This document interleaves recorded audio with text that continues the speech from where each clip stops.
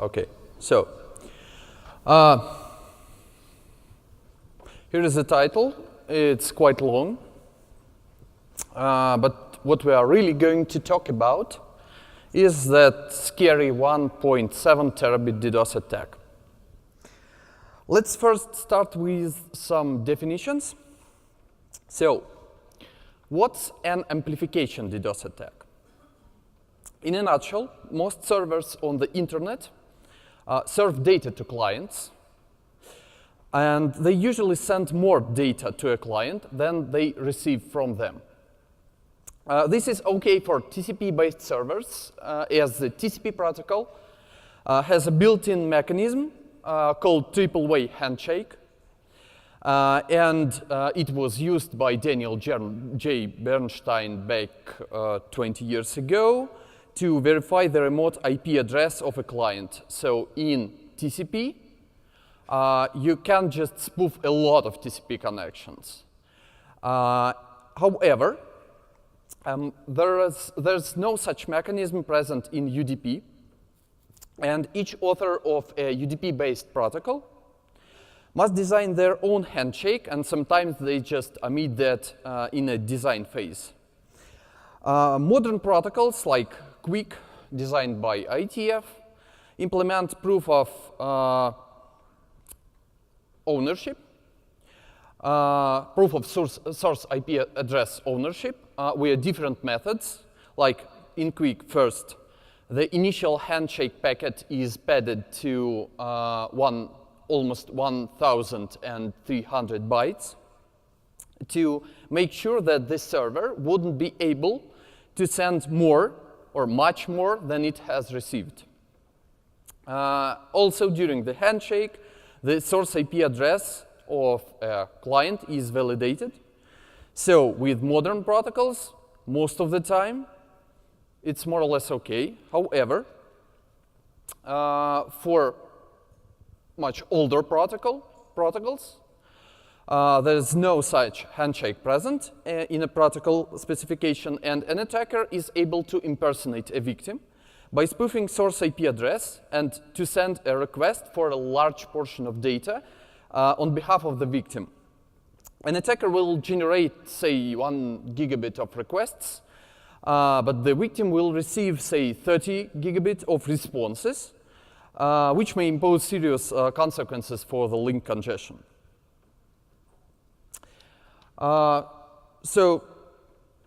There's a long list of protocols vulnerable to amplification. Those are mostly obsolete protocols, as we've discussed before, like Routing Information Protocol version 1. But there are also modern protocols, such as gaming, like Quake or Steam protocol. As it's mostly obsolete servers, they eventually get updated or replaced or just trashed. Thus, the amount of amplifiers shows steady downtrend. However, once in a while, a new vulnerable protocol is discovered, and the number of amplifiers on the internet skyrockets at that moment and then starts to decline again. The amplification factor is how much data you can get in return towards the victim from an amplifying server compared to the size of the original request. There's also a stable downtrend in terms of available amplification power. The factor is quite different for each protocol, like NTP, network time protocol, being 10 times more powerful than LDAP. Yet, most amplification attacks are easy to fight with, as the source UDP port is fixed. So at first glance, you can just use a simple bit mask to track down and filter packets which come from a typical amplification port. Moreover, there's a mechanism you can use to actually order that filtering from your upstream connectivity provider. It's called flow specification rules, RFC 5575. Using flow spec, you can notify your upstream provider or your peer that you don't want to receive, say, packets from a particular UDP port, like 123, which is NTP, which comes in handy when you face a powerful amplification attack. However, there are at least two major problems with FlowSpec for that particular task.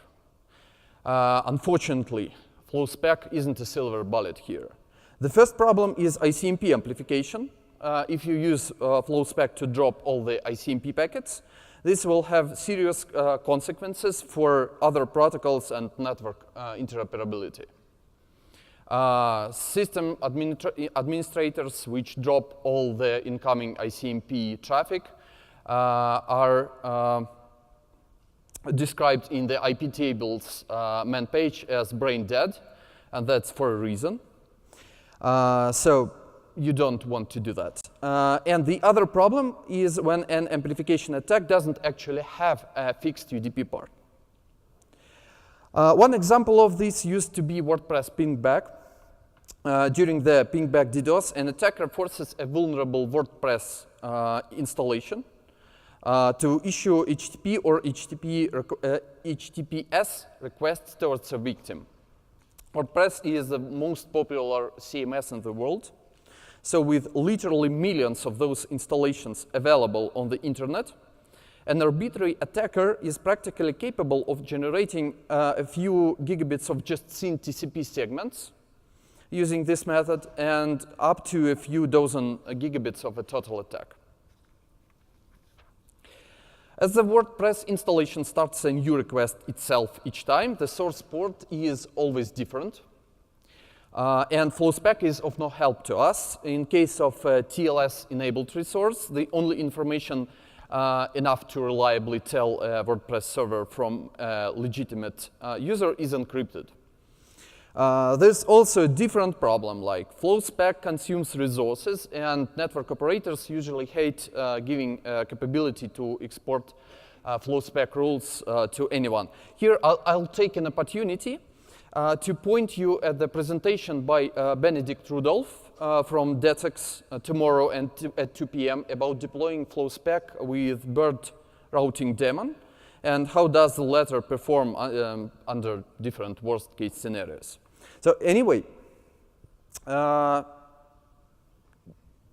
pingback was the first case of web development causing denial of service problems, including those that couldn't be easily handled with FlowSpec to ISPs. With that, let's proceed to the February's hero, which is Memcached. This piece of software is essentially a database. It's frequently used by web developers. It's an in-memory key value store, which can be used to put and then retrieve values for different keys specified. So it's often used as a fast cache, hence the name. Long time ago, Memcached authors made a huge mistake. They made Memcache listen on all interfaces, including externally facing ones, by default. There are a lot of machines on the internet with port 11211 UDP open, and this port is Memcache ASCII protocol listener. This basic ASCII protocol was meant to be used on loopback interface only, or in a local secure network at most. Hence, it doesn't do any authentication, and it's UDP-based. And this weakness is known for long. 4 years ago, Ivan Novikov from Valarm has discovered numerous methods to exploit Memcached ASCII protocol to inject an arbitrary data in a memory of a Memcache instance. I can point you to his talk on BlackHat United States. And in November 2017, a new threat emerged. Security researchers Shengbao Kai, Zhang Liu, and Li Fu have discovered a way for an attacker to use the ASCII protocol to send large portions of data from Memcache memory towards a victim. Here's how it works. This Python code snippet is all you should do to inject an arbitrary value into a memory of a remote vulnerable Memcached server, here by the name reflector.example.com. The value may be of an arbitrary size. For the sake of DDoS amplification, this snippet should be run only once for each vulnerable server, of course. Then an attacker needs to send packets toward that vulnerable server with victim's IP source address and a proper payload, which Memcached will treat as a correct request. Here's how the payload is structured. This is, again, all an attacker needs to do to send a large portion of data they have put before under the key A. The value is reusable. Moreover, what's even more convenient for web developers, the gets method accepts multiple arguments. So here's what you can do to send the value 5 times in a row, multiplying the attack traffic 5 times, or 10 times, or 100 times. Our previous champion in terms of amplification factor was network time protocol, with amplification factor as high as 557, according to US CART.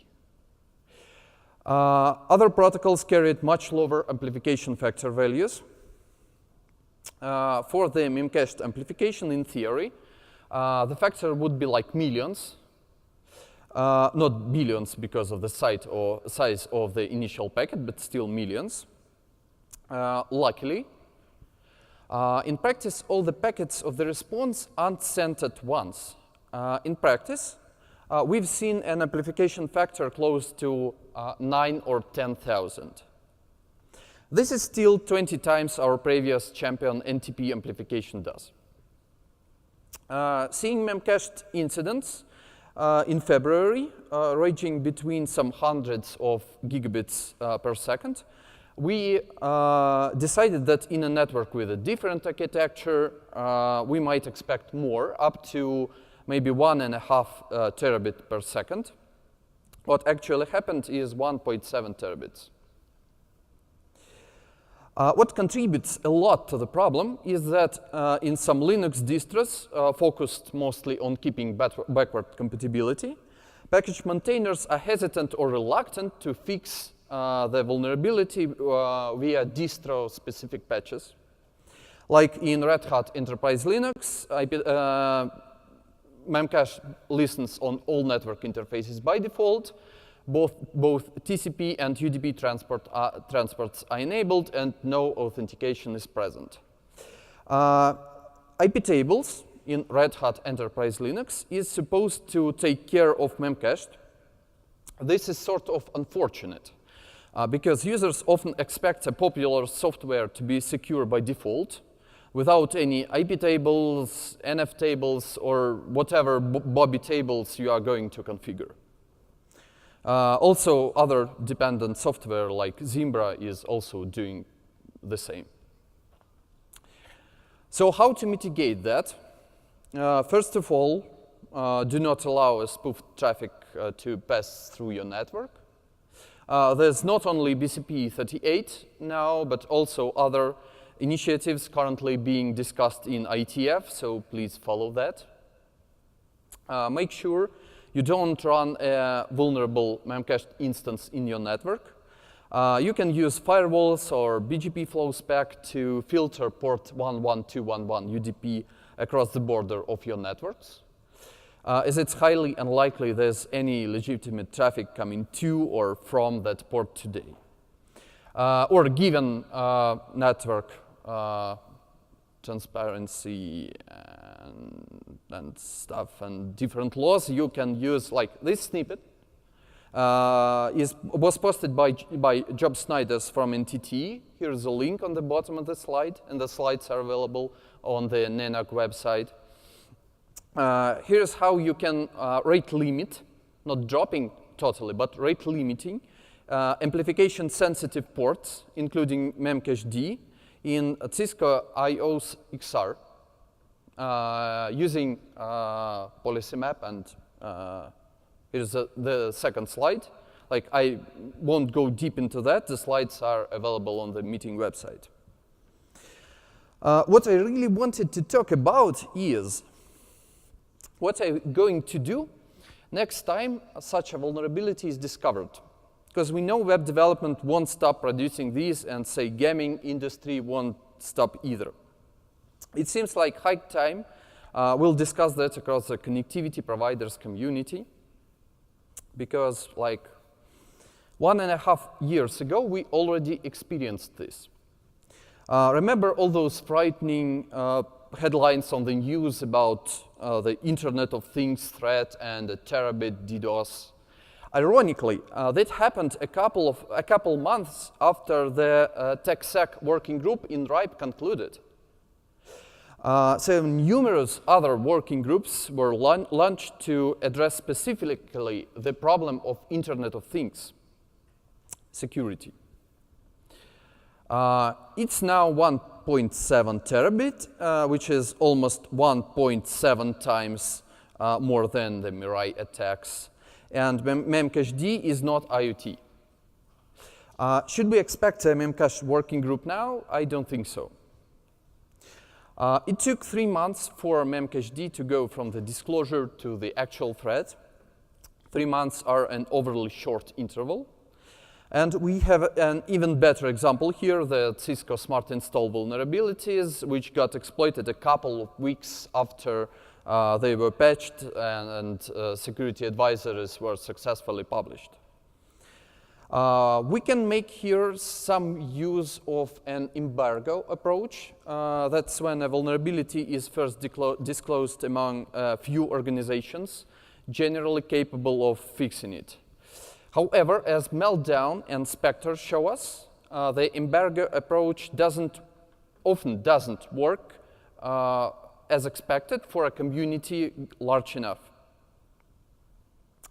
So maybe that's what we want to focus on, like collaboration and timely reaction across the provider's community, or a security working group, or even better, a security incident response team capable of releasing a disaster recovery plan for us next time. Oh well, I've already proposed that during a RIPE meeting and got a sound objection. The issue here is that those CEIRT or CSIRT words were recently marketed too heavily, and so heavily that a lot of engineers don't want to hear those words anymore. Okay, so there are only 2 hard things in computer science. That's cache invalidation, naming things, and off-by-1 errors. So I'm here not to picky about names. But what I propose to think about and talk about is coming up with something, some community or working group in some constituency, that in order for us that the next time we face something like that, we'll be ready to face it. So there's a context for me, but I will prefer to have this slide during the questions and answers, and we can start with those. Thank you. Any questions?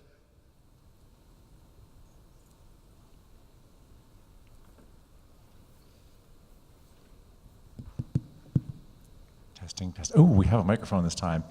Matt Petak from Oath. So you said you brought up the CERT idea and got shot down in one particular forum. I would say don't let yourself be discouraged because one forum was short-sighted and thought it was a bad idea. I do think with the increasing number of incidents we're seeing like this, it really is high time we get a group of us together to say, okay, let's get a more coordinated approach. 1.7 terabits, not that big, but it's not chump change. We really should take these a little more seriously. If you're looking for what constituency, I think everyone's pretty much agreed the internet is global at this point. I think it has to be sort of all constituencies, so to speak. We can get the effort started here, but everyone's responsible means nobody's responsible. So, but at the same time, we can't say, well, this is a US-only effort or a Europe-only effort or something like that. With DDoS attacks, there are no borders involved per se. So, I would be one to say, yes, let's get that CSIRT, let's get the working group going, let's make it happen. Don't take no for an answer. Let's keep pushing. Thank you. Thank you for your feedback. Joel Yegley. Actually, you're first. Okay. So I think one of the interesting properties of this is that it's not very useful if this information is secret. Like these particular kinds of attractive nuisance live in data centers, and they're those things are all over the place, but they're actually relatively concentrated, which is like with this particular kind of attack versus, say, you having a bad resolver on some kind of CPE, in which case there might be millions of them out there. There were never millions of these things. There were only thousands of these things. They were in locations that are relatively easy to identify. Obviously, they cannot spoof their own source IP addresses. The fact that some of these things still exist is a bit of a mystery to me. But like, as a community, I think we are better off if we share this information more widely and quickly than if we try and hide it. Don Smith, CenturyLink. You mentioned FlowSpec and ICMP and fixed ports, and I didn't quite understand what you were trying to say about FlowSpec, ICMP, and ports. No. That's two different issues. First of them is ICMP amplification. The second one is UDP-based protocols, UDP-based amplification, without a fixed port. The simplest example is BitTorrent. But I've just came up with a more complex example like WordPress, which isn't even UDP-based. So that's two different issues. First of them is ICMP amplification, which doesn't have anything to do with ports, of course. There's no ports in ICMP. And the other issue is amplification without a fixed source port. Right. While there are no ports in ICMP, FlowSpec does support code and mode. So you do the same thing with ICMP you do with TCP or UDP. You just don't call them ports.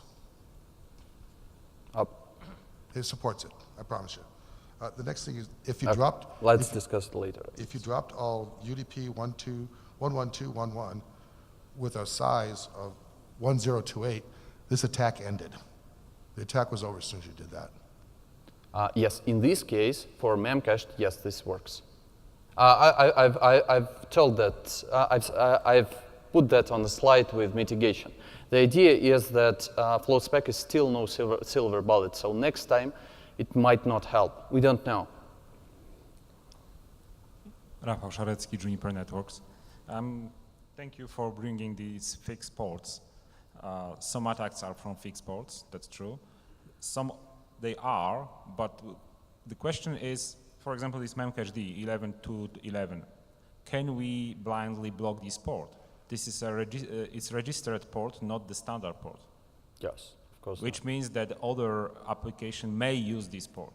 Yes, it is. So if I'm owner of my network and I block my devices, fine, because I know what I'm doing. Yes. But as a service operator, can I blindly drop all these ports? This port and say, hey. Yes, there's a trade-off. I mean, I'm not saying it's impossible for a legitimate traffic to come to or from this port. I'd say it's highly unlikely. So, in case you're facing a large attack of that sort, you don't actually have a trade-off. You don't have, you can't come up with a solution which is good for everybody.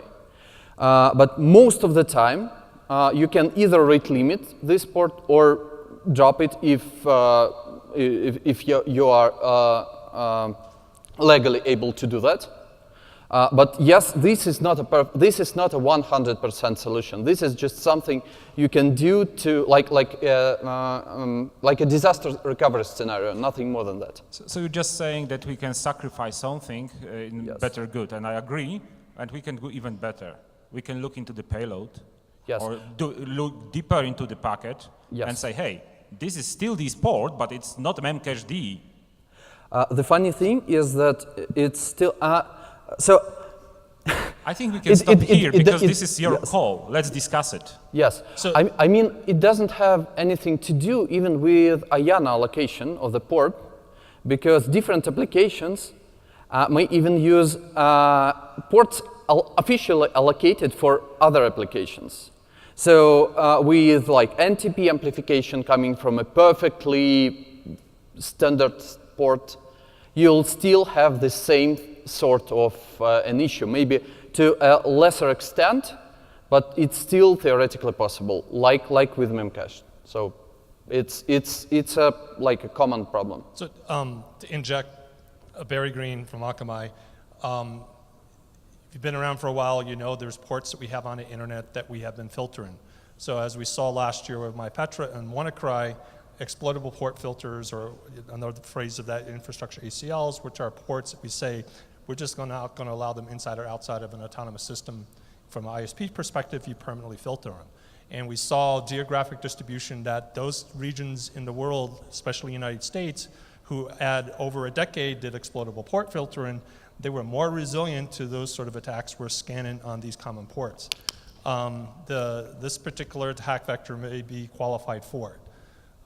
So yes, you can, there's a paper that the CSIRT community, the ISPs, we wrote together and we published it out there, and you can look through that. Lots of operators publish what ports they filter, right? Comcast filters a port, Comcast filtered the ports and says, here's what we filter. Sorry, you can't use these ports, because there's too much garbage on it, right? And this may be a qualified on it. Every now and then a port appears and we're gonna have to filter it. That's life.